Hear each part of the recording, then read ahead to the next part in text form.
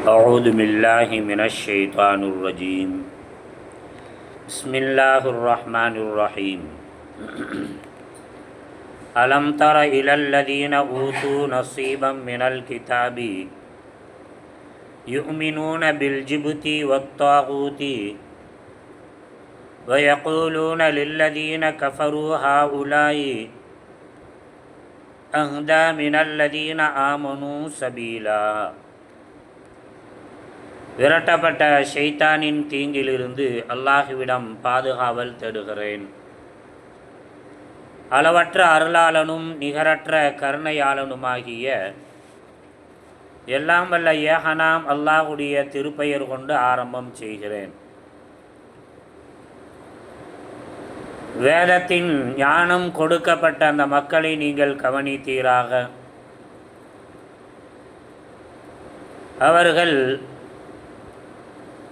ஈமானோடு ஷைத்தானிய வழிபாடுகளையும் சிலை வணக்கத்தையும் மேற்கொள்ளுகின்றனர். அதோடு மட்டுமல்லாமல் முஷ்ரிக்கீன்களான மக்காவாசிகளை விட தாங்கள் நேர்வழியில் இருப்பதாக தம்பட்டம் அடித்து கொள்கின்றனர். இறைமறை குர்ஆன் சூரத்துன் நிசா 4வது அத்தியாயமான 51வது வசனம் இங்கே ஓதி காட்டப்பட்டு அதனுடைய பொருளும் செய்விக்கப்பட்டது. மேற்கண்ட இந்த வசனத்தின் வாயிலாக ஷைத்தானை பற்றிய விழிப்புணர்வு செய்திகளில் ஒன்றாக வல்லவன் அல்லாஹுக்கு சுப்ஹானஹு வ தஆலா வத்தாகூத் என்று சொல்லக்கூடிய வார்த்தையை இங்கே பயன்படுத்துகிறான். தாகூத் என்று சொல்லக்கூடிய வார்த்தை ஷைத்தானிய பெயராகும். ஷைத்தானுக்கான அல்லது ஷைத்தான் செய்யக்கூடிய விருப்ப செயல்பாட்டை செய்யக்கூடியவர்களுக்கு இந்த பெயர் சூட்டப்படும். அவர்கள் மனிதர்களாக இருந்தாலும் சரி அல்லது ஜின்களாக இருந்தாலும் சரி, யாரெல்லாம் ஷைத்தானுடைய செயல்களை விருப்பங்களை தங்களுடைய விருப்பங்களாக வாழ்க்கையினுடைய காரியங்களாக வெளிப்படுத்துகிறார்களோ அப்படிப்பட்டவர்களுக்கு இங்கே தாகூத் என்று சொல்லப்படும். வல்லவன் அல்லாஹுக்கு சுப்ஹானஹு வ தஆலா 2வது அத்தியாயமான சூரத்துல் பக்ராவுடைய 164வது வசனமாக சொல்லுகின்ற போது, யா ஐயுஹல்லதீன ஆமனு, ஈமான் கொண்டவர்களே என்று அழைத்துவிட்டு நீங்கள் அல்லாஹ்விற்கும் அல்லாஹ்வுடைய தூதருக்கும் கட்டுப்பட வேண்டும். தாகூத்திய சக்திகளுக்கு நீங்கள் கட்டுப்பட்டு விடக்கூடாது, வழிபட்டு விடக்கூடாது என்று வல்லவன் அல்லாஹுக்கு சுப்ஹானஹு வ தஆலா கட்டளை பிறப்பிக்குகின்றான். இப்போ தாகூத் என்று சொன்னால் ஷைத்தானிய செயல்கள், சிந்தனைகள், பார்வைகள், விருப்பங்கள், வெறுப்புகள், ஆசைகள், இப்படி எல்லாவற்றிற்கும் தாகூத் என்று சொல்லப்படும். சஹாபா பெருமக்களில் பெருவாரியான மக்கள் தாகூத் என்று சொன்னால் என்ன என்பதை சொல்லுகின்ற போது ஷைத்தானுடைய விருப்பமான தீய எண்ணங்கள், தண்ணி அடிப்பது, ஜோதிடம் பார்ப்பது, குறி பார்ப்பது, சிலைகளை எடுத்துக்கொள்வது, இப்படி பல சஹாபா பெருமக்கள் பல்வேறுபட்ட செயல்பாடுகளை ஷைத்தானி விருப்ப செயல்பாடுகளான அத்துணையும் ஒவ்வொருவர்களும் ஒவ்வொன்றாக தனித்தனியாக சொல்லி காட்டுறாங்க. இப்போ அந்த அடிப்படையில் நம்முடைய எல்லா செயல்பாடுகளும் அல்லாஹும் அல்லாஹ்வுடைய தூதரும் சொன்ன அடிப்படையில் தான் இருக்க வேண்டும். இந்த அடிப்படையில் ஷைத்தானிய எல்லா விதமான செயலை விட்டும் நாம் ஒதுங்கி கொள்வது, நம்மை வெளியாக்கி கொள்வது, ஷைத்தானிய செயல்பாடுகளை, சிந்தனைகளை, ஆசைகளை மேற்கொள்வதை வெறுப்பது, ஷைத்தானிய வழிபாட்டிலிருந்து நம்மை காத்து கொள்வதற்கான முக்கியமான வழிமுறைகளாகும். அல்லாஹுடைய தூதர் ஸல்லல்லாஹு அலைஹி வஸல்லம் அவர்கள் என்ன வரம்புகளை குர்ஆன் ரீதியாக தன்னுடைய விளக்க வாழ்வில் ரீதியாக தந்திருக்கிறார்களோ அந்த வரம்புகளை பேணக்கூடிய ஒன்றுக்கு பேர் தான் இஸ்லாமிய வழிபாட்டு வாழ்க்கை. இதற்கு நேர் எதிராக கொள்ளக்கூடியது தான் வரம்பு மீறல். வரம்பு மீறலை உருவாக்கக்கூடியவன், வரம்பு மீறலில் அதிகப்படியான ஒரு நிலைப்பாட்டை மேற்கொள்ளக்கூடியவன், வரம்பு மீறலில் மக்களை அதிகப்படியாக ஈடுபடுத்தக்கூடியவன் என்பது தாகூத் என்று சொல்லக்கூடிய அந்த வார்த்தையினுடைய சொற்பொருளாகும். அப்போ இந்த சொற்பொருளுக்கு ஏற்பவும் நடந்துவிடக்கூடாது. அவனுடைய சொல் செயல் அவனுடைய விருப்பத்திற்கு ஏற்பவும் நாம் நடந்துவிடக்கூடாது. ஒரு சமயத்தில் அல்லாஹுடைய தூதர் ஸல்லல்லாஹு அலைஹி வஸல்லம் அவர்கள் ஒரு சஹாபி தண்ணி அடிச்சுட்டே இருக்கிறார். தண்டனை கொடுக்குறாங்க, தண்டனை வாங்கிக்கிறாரு, மறுபடியும் போய் விழுந்துடுறாரு.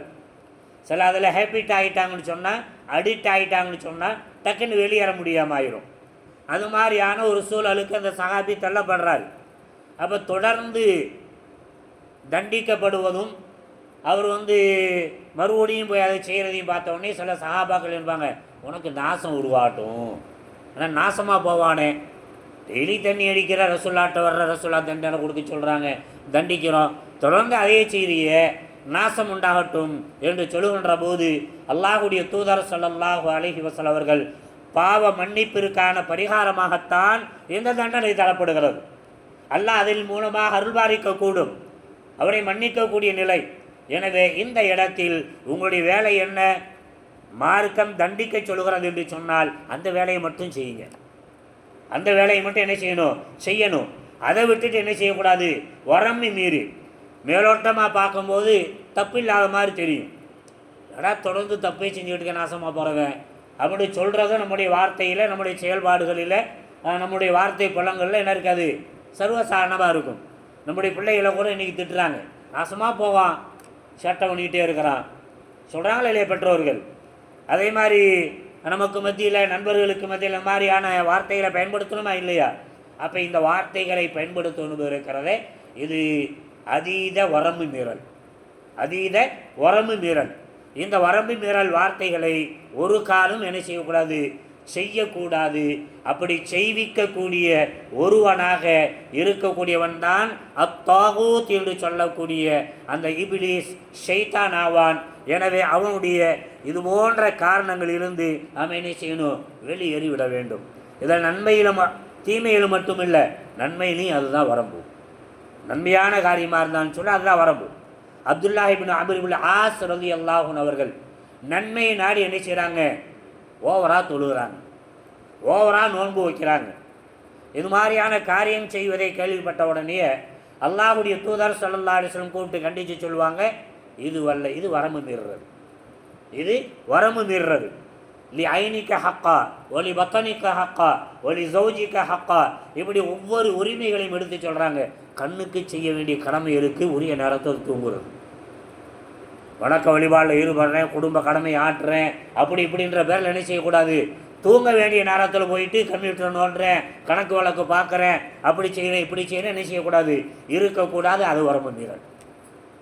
அப்போ இந்த வரம்பு மீறல் ஒரு காலத்தில் என்ன செய்யக்கூடாது, ஈடுபடக்கூடாது என்பதை சொல்லி காட்டும் முகமாக அல்லாஹுடைய தூதர் ஸல்லல்லாஹு அலைஹி வஸல்லம் அந்த சஹாபியை கூப்பிட்டு சொல்லி காட்டுறாங்க, கண்ணுக்கு செய்ய வேண்டிய கடமை இருக்கிறது, ஆனால் தூங்குறான் அந்த நேரத்துக்கு.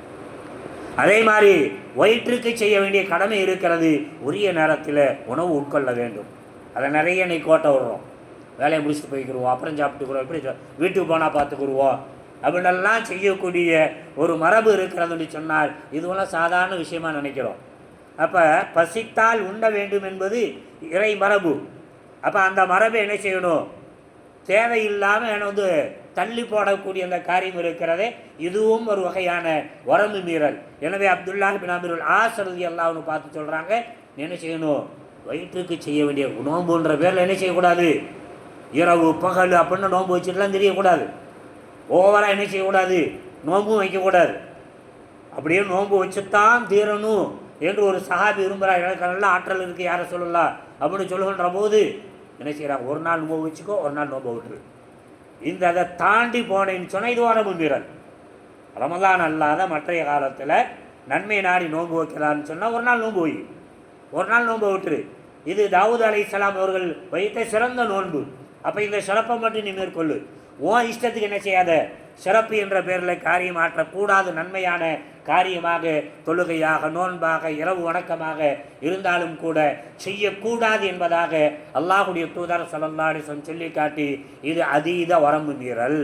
இந்த வரம்பு மீறலை விரும்பக்கூடியவன், அதனை ஊக்குவிக்கக்கூடியவன், அதற்காக வேண்டியே காரியமாற்றக்கூடியவன், அதற்காக வேண்டி அதை தகூத் என்ற பெயரை அல்லாஹின் புறத்திலிருந்து சூட்டப்பட்டிருக்கக்கூடியவன் தான் அந்த ஷைத்தான். எனவே அவனுடைய பெயர், அந்த பண்புக்கு ஏற்ப நீங்கள் மாறிவிடக்கூடாது என்பதை மேற்கண்ட வசனத்தின் வாயிலாக நமக்கு எச்சரிக்கை விடுக்கப்படுகிறது.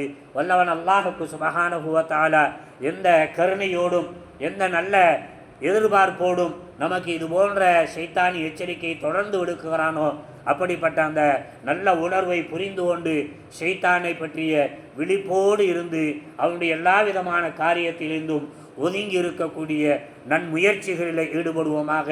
வல்லவன் அல்லாஹுக்கு சுப்ஹானஹு வ தஆலா அதற்கான அறிவையும் ஆற்றலையும் தேட்டத்தை தந்தல் புரிந்தல்வானாக. வமா அலைனா இல்லல் பலாக்.